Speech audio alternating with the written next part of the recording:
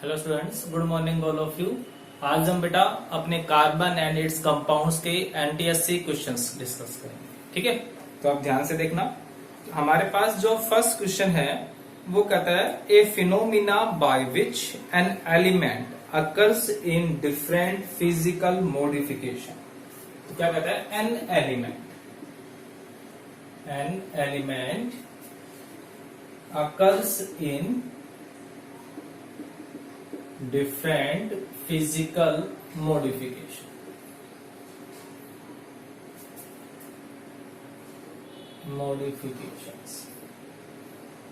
ठीक है, in same physical state, मतलब एलिमेंट सेम है, बस उसकी जो फिजिकली चेंज हो जाता है। वो फिजिकल स्टेट भी सेम कहता है, मतलब कि सॉलिड में ही है, बट उन सॉलिड में उनके जो अरेंजमेंट है कुछ वो चेंज हो जाती है। ठीक है, तो कहता है कि उस फिनोमिना को हम क्या बोलेंगे, आइसोमेरिज्म। ठीक है, एलोट्रोपी, अमरफस एंड क्रिस्टलाइन। तो बेटा जो सी और डी ऑप्शन है, अमरफस और क्रिस्टलाइन, ये सॉलिड के ही टाइप्स होते हैं। ठीक है, अमरफस का मतलब होता है एक ऐसी फॉर्म जिसके सॉलिड में जो कॉन्स्टिट्यूएंट है, एटम या आयन मॉलिक्यूल कुछ भी है, उनकी कोई फिक्स शेप नहीं है, या ये कह लो कि उनकी कोई डेफिनेट अरेंजमेंट नहीं है, वो पार्टिकल्स इधर उधर कहीं पर भी अरेंज है।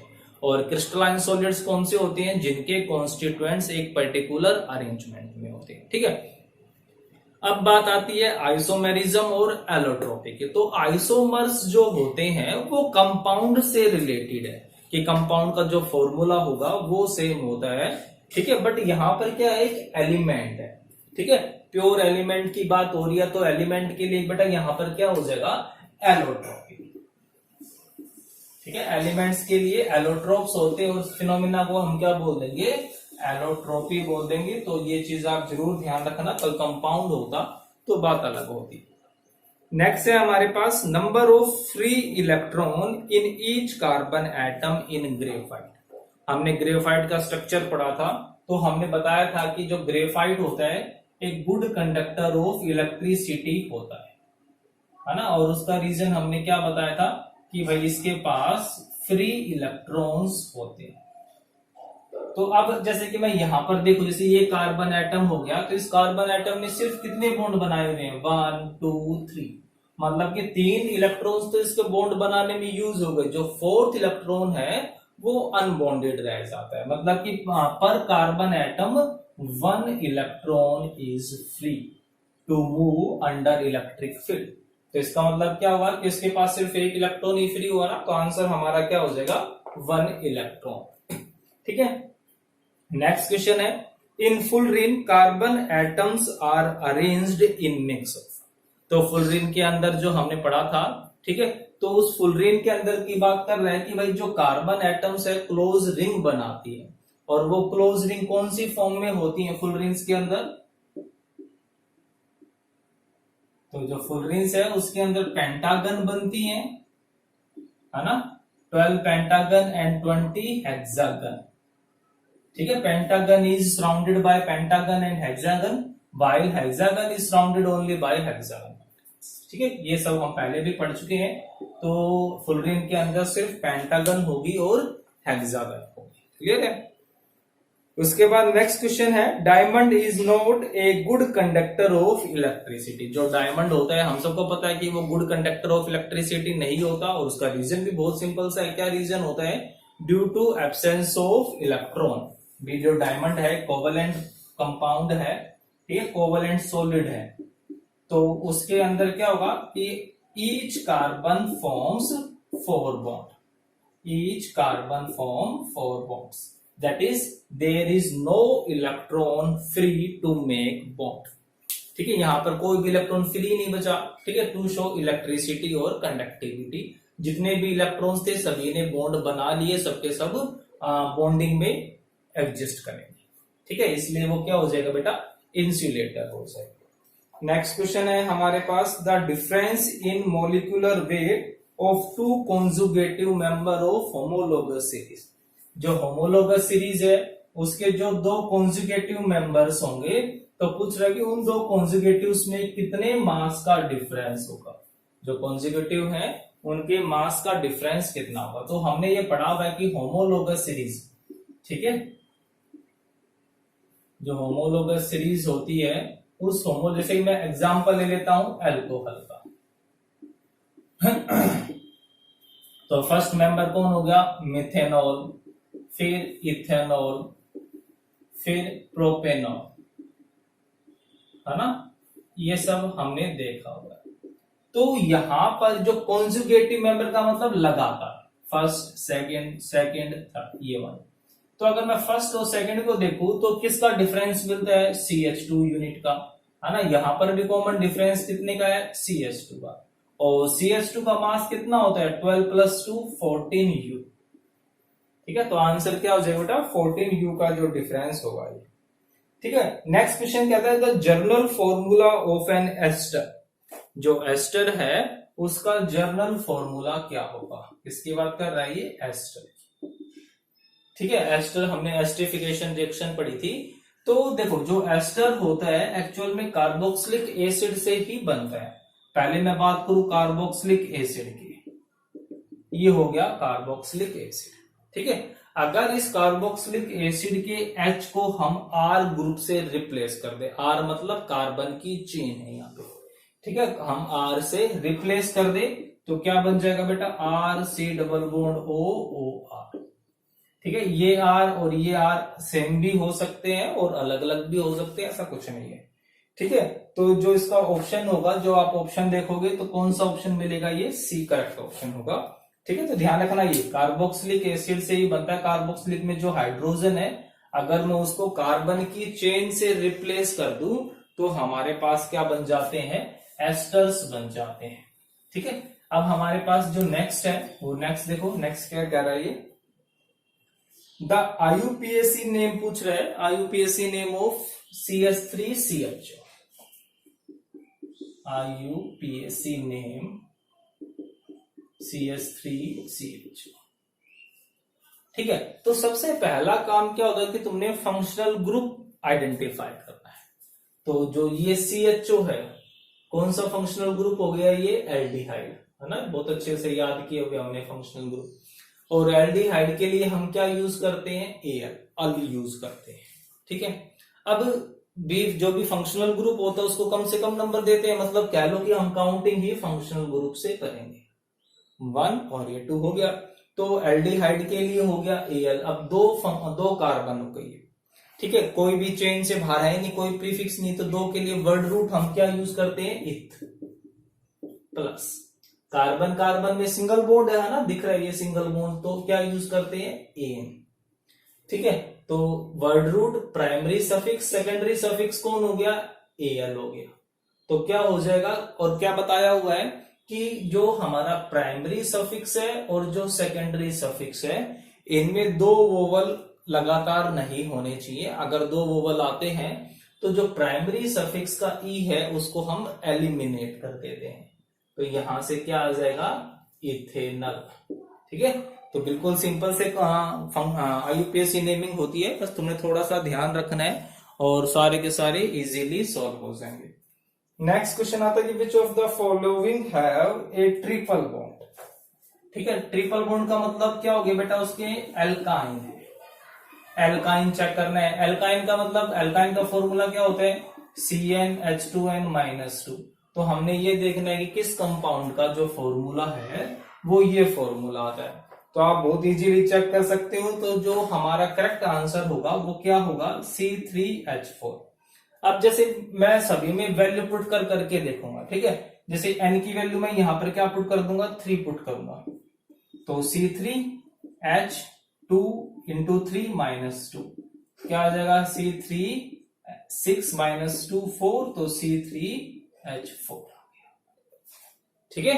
तो जो भी इस फॉर्मूले को फॉलो करेगा वो एल्काइन, और जो इसको फॉलो नहीं करेगा वो एल्काइंस नहीं होंगे, फिर वो चाहे एल्केन हो चाहे एल्कीन हो। तो हमें तो सिर्फ एल्काइन को ही आइडेंटिफाई करना है, ठीक है। नेक्स्ट है हमारे पास, alcohol can be prepared by hydration of, कि हमें एल्कोहल बनाने हैं और हम एल्कोहल किस मेथड से बना रहे हैं, हाइड्रेशन।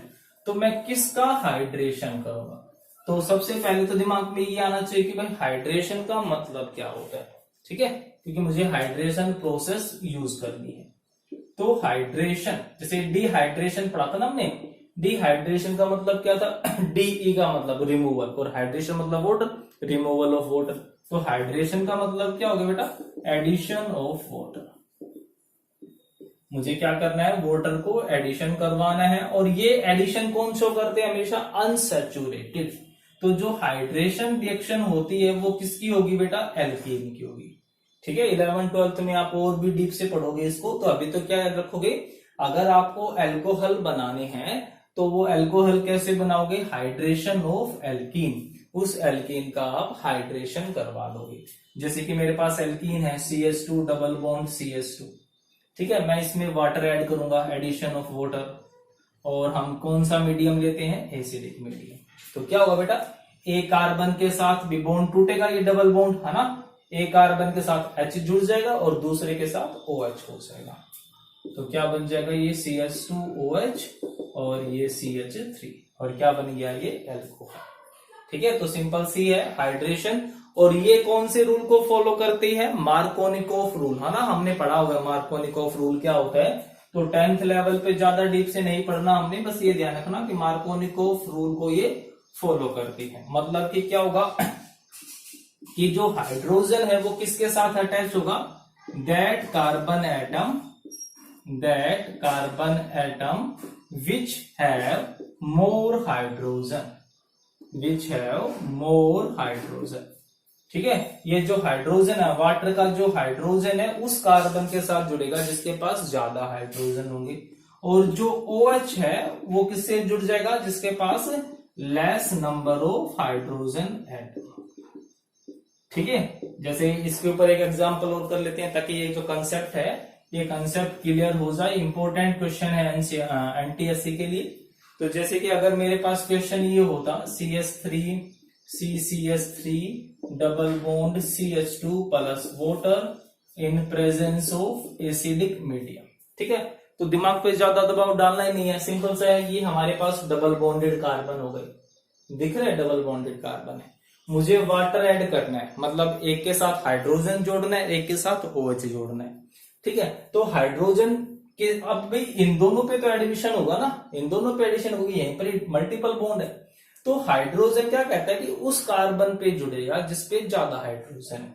तो इस कार्बन पे तो 2 हाइड्रोजन हो गए और इस कार्बन पे 1 हाइड्रोजन। कभी ये मत सोचना कि भाई यहाँ पर तो 3 हाइड्रोजन है, यहाँ पर कोई ना एडिशन होगा, एडिशन तो कहां पर होगा, डबल बॉन्डेड कार्बन पे, क्लियर है। तो यहाँ पर 2 हाइड्रोजन है और यहाँ पर इस कार्बन पे तो 1 भी नहीं है, तो ज्यादा हाइड्रोजन कहां पर हो गई, तो इसके साथ कौन जुड़ेगा, H, और जिसके पास कम हो गई उसके साथ कौन जुड़ जाएगा, OH, और ये डबल बॉन्ड हट जाएगा।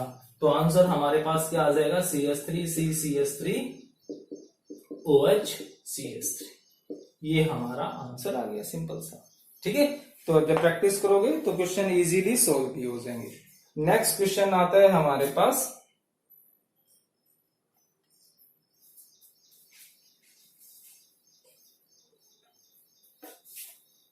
when ethanoic acid is react with bicarbonates, जब इथेनोइक एसिड की बाइकार्बोनेट के साथ रिएक्शन करवाओगे तो कौन सी गैस इवॉल्व होती है, पता ही हमें है ना, जैसे कि CH3COH, इसकी रिएक्शन करवाऊंगा मैं बाइकार्बोनेट के साथ, तो हमेशा क्या बनता है, साल्ट बनता है, वाटर बनेगा, और कौन सी गैस इवॉल्व होती है, CO2 गैस। तो क्या बन जाएगा, है ना, ये सारी रिएक्शन हम कर चुके हैं। तो जो गैस पूछी हुई है तो गैस कौन सी बेटा, यहाँ पे CO2 गैस। नेक्स्ट है, विच ऑफ द फॉलोइंग, ये सब हो जाएंगे तुमसे क्वेश्चन। ये देखो कि ये पूछा हुआ है कि इनमें से कौन होमोलोगस सीरीज से रिलेटेड है, ठीक है। तो 4 ऑप्शन दिए हुए हैं। फर्स्ट है ethane, ethene, ethyne, ethane, ethene और इथाइन, कौन होमोलोगस सीरीज से कनेक्टेड, प्रोपेनॉल,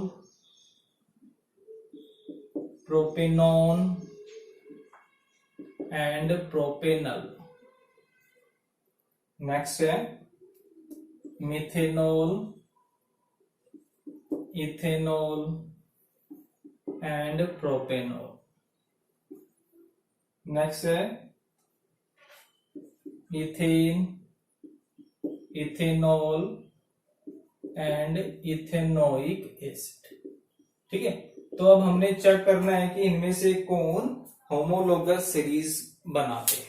ठीक है, तो जो फर्स्ट ऑप्शन है, फर्स्ट ऑप्शन में क्या है, इथेन, इथीन और इथाइन। तो होमोलोगस सीरीज का जो फर्स्ट रूल क्या कहता है कि सेम फंक्शनल ग्रुप होना चाहिए। तो यहां पर एन सिंगल बॉन्ड, यहां पर डबल बॉन्ड और ये ट्रिपल बॉन्ड, ये तो फंक्शनल ग्रुप अलग अलग हो गए ना, तो ये नहीं होगा। दूसरे पे आ जाओ, प्रोपेन ओल एल्कोहल है, फिर ओन कीटोन है और एल एल्डिहाइड है, फिर से फंक्शनल ग्रुप अलग अलग हो गए ना, तो ये भी नहीं होगा। फोर्थ वन देखो, इथेन, कोई फंक्शनल ग्रुप ही नहीं है यहाँ पे, है ना। इथेनॉल एल्कोहल हो गया और इथेनोइक एसिड कार्बोक्सिलिक हो गया, तो ये भी सारे अलग अलग हो गए, ये गलत हो गया। अब इसमें जो सी ऑप्शन है, ओल मतलब एल्कोहल, यहां पर भी एल्कोहल है और यहां पर भी एल्कोहल है, तो फर्स्ट कंडीशन को फॉलो करता है कि भाई सेम फंक्शनल ग्रुप है। फिर उसके बाद एक कार्बन का डिफरेंस होना चाहिए ना CH2 का, तो मिथेनॉल, मिथेनॉल का फॉर्मूला क्या हो जाएगा, CH3OH। उसके बाद इथ मतलब दो कार्बन होंगे, CH3CH2OH, तो दोनों में किसका डिफरेंस आया, CH2, बिल्कुल सही है।